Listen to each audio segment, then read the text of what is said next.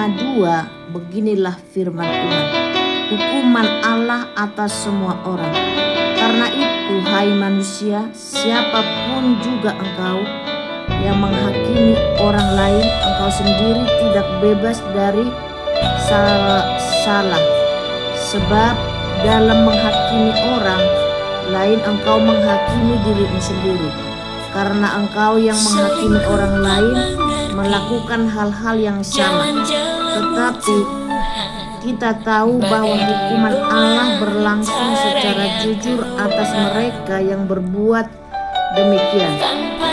Dan engkau, hai manusia, engkau yang menghakimi mereka yang berbuat demikian, sedangkan engkau sendiri melakukannya juga. Adakah engkau sangka bahwa engkau akan luput dari hukuman Allah? Maukah engkau menganggap sepi kekayaan kemurahannya, kesabarannya, dan kelapangan hatinya? Tidakkah engkau tahu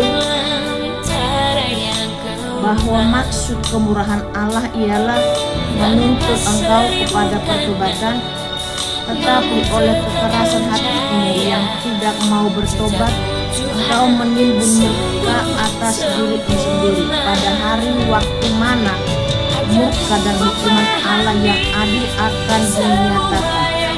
Ia akan membalas setiap orang menurut perbuatannya, yaitu hidup kekal kepada mereka yang dengan tekun berbuat baik, mencari kemuliaan, kehormatan, dan ketidakbinasaan. Tetapi murka dan geram kepada mereka yang mencari kepentingan sendiri, yang tidak taat kepada kebenaran melainkan taat kepada kelaliman. Penderitaan dan kesesakan akan menimpa setiap orang yang hidup yang berbuat jahat, pertama-tama orang Yahudi dan juga orang Yunani. Tetapi kemuliaan, kehormatan, dan damai sejahtera akan diperoleh semua orang yang berbuat baik, pertama-tama orang Yahudi dan juga orang Yunani. Sebab Allah tidak memandang bulu.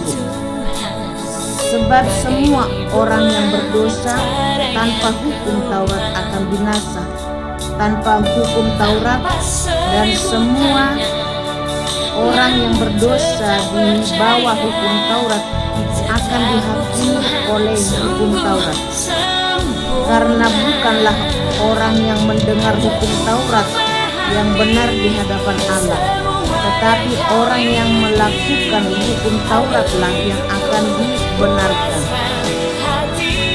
Apabila bangsa-bangsa lain yang tidak memiliki hukum Taurat oleh dorongan diri sendiri melakukan apa yang dituntut hukum Taurat, maka walaupun mereka tidak memiliki hukum Taurat, mereka menjadi hukum Taurat bagi diri mereka sendiri.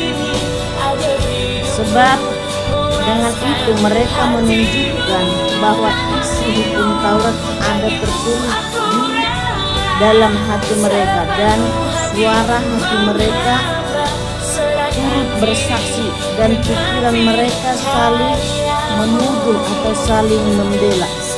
Hal itu akan nampak pada hari bila mana Allah sesuai dengan Injil yang kuberitakan akan menghakimi segala sesuatu yang tersembunyi dalam hati manusia oleh Yesus Kristus. Hukum Taurat dan sunat tidak menyelamatkan orang Yahudi. Tetapi jika kamu menyebut dirimu orang Yahudi dan bersandar kepada hukum Taurat, bermegah dalam Allah dan tahu akan kehendaknya, dan oleh karena diajar dalam hukum Taurat dapat tahu mana yang baik dan mana yang tidak, dan yakin bahwa engkau adalah penuntun orang buta dan terang bagi mereka yang di dalam kegelapan, pendidik orang bodoh dan pengajar orang yang belum dewasa.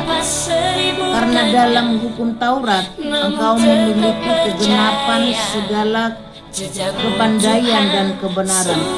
Jadi bagaimanakah engkau yang mengajar orang lain? Tidakkah engkau mengajar dirimu sendiri? Engkau yang mengajar, jangan mencuri. Mengapa engkau sendiri mencuri? Engkau yang berkata, jangan berzina. Mengapa engkau sendiri berzina? Engkau yang jijik akan segala berhala, mengapa engkau sendiri merampok rumah berhala? Engkau bermegah atas hukum Taurat, mengapa engkau sendiri menghina Allah dengan melanggar hukum Taurat itu? Seperti ada tertulis, sebab oleh karena kamulah nama Allah dihujat di antara bangsa-bangsa lain. Sunat memang ada gunanya jika engkau mentaati hukum Taurat, tetapi jika engkau melanggar hukum Taurat, maka sunatmu tidak ada lagi gunanya. Jadi jika orang yang tak bersunat memperhatikan tuntutan hukum Taurat, tidakkah ia dianggap sama dengan orang yang telah disunat? Jika demikian, maka orang yang tak bersunat tetapi yang melakukan hukum Taurat akan menghakimi kamu yang mempunyai hukum tertulis dan sunat, tetapi yang melanggar hukum Taurat. Sebab yang disebut Yahudi bukanlah orang yang lahiriah Yahudi, dan yang disebut sunat bukanlah sunat yang dilangsungkan secara lahiriah. Tetapi orang Yahudi sejati ialah dia yang tidak nampak keyahudiannya, dan sunat ialah sunat di dalam hati secara rohani, bukan secara hurufiah. Maka pujian baginya datang bukan dari manusia, melainkan dari Allah. Amin.